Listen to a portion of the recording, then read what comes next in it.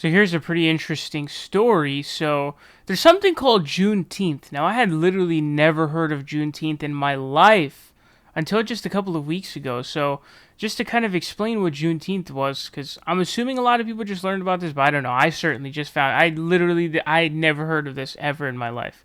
But basically, it's the day I believe is June 19th, and it was the day in Galveston, Texas, where basically all of the slaves there were told, hey, you're free, we are complying with the federal order, because as you guys know, when Abe Lincoln issued the Emancipation Proclamation basically saying all the slaves in the southern states, the Confederate States, were free, they just dipped. So it's not like, obviously when they seceded, they're not going to follow what the federal government says, because they're trying to say we're no longer part of it.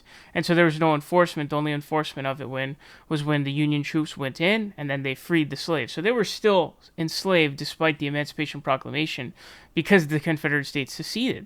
So that was basically the end of the Civil War, and where it was officially like, okay, everybody's free. But apparently in two states, I think it was Delaware and Kentucky, I think that apparently slavery was still legal even then. So I guess even this wasn't really the end of slavery. And we're talking about like, pre 13th Amendment slavery, because I think people would argue even today with the 13th Amendment, I guess you could say there's a form of slavery for people who are in prison. Now, this article reads, GOP senators debate replacing Columbus Day with Juneteenth as a federal holiday. It says a bipartisan bill sponsored by Senator John Cornyn to make Juneteenth a federal holiday is being held up by an internal Senate GOP squabble. Senator Ron Johnson, an outspoken budget hawk, what a loser, doesn't want to add another paid holiday to the calendar. Again, what a loser. Johnson says if Juneteenth is made a federal holiday, another paid federal holiday should come off the schedule. He's proposing scrapping Columbus Day, but is open to eliminating another holiday instead. Quote, I'm just saying let's replace it with something. I chose Columbus Day just because it's probably the most lightly celebrated and less disruptive to anybody's schedule to cut from the calendar of federal holidays, he said. Johnson on Wednesday said we have an alternate bill and that he is, quote, talking to some of my colleagues.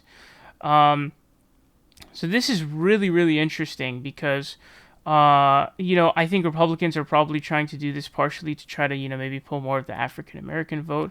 I'm surprised that he chose Columbus Day, because I think Columbus Day is probably the most reactionary day, because you always have the blowback from people who are basically like, hey, Columbus was a horrible human being and he should not be celebrated even in the slightest. He also is not the first person to discover the Americas. First of all, there are a ton of people living here, but also there were a bunch of people, like explorers who had already, found it anyways. And so then the reactionary things like, oh, and, Republicans are like, oh, these liberal SJWs, and so they defend Columbus Day with all their heart, basically, is what they do. But I am totally in favor of this, except I think that we should not keep the same amount of federal paid holidays. It should be a federal holiday to have Juneteenth as one, and then we should all have, instead of Columbus Day, it should be called like Indigenous Peoples Day. I think that's a fine name, and I think it's dumb that we don't already have that, considering the horrible history and past of indigenous people in the United States. You could even call it like, Native American Day or something like that. I mean, if you read any history about what the colonizers did to the Native Americans, and that's really of all groups, by the way. Native Americans were colonized by everybody. If you read about it, like for the French and the Dutch and the Spanish were horrible. I think the Spanish were probably the worst of all, although I'm not sure if they were more savage in their colonization or if, the European colonizers were.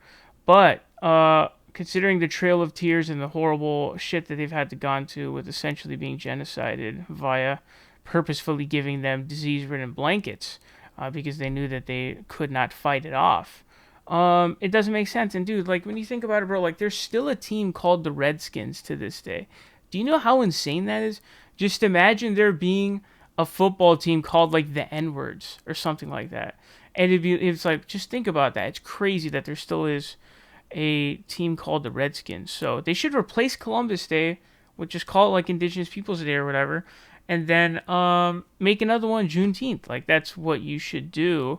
I think commemorating the end of slavery, which I guess technically it's not really the end of slavery, but hey, it is what it is. and then also have an Indigenous Peoples Day. I think it's the least you can do for Native Americans and the shit that they've gone through. Really, I think that's like the tip of the iceberg type of stuff.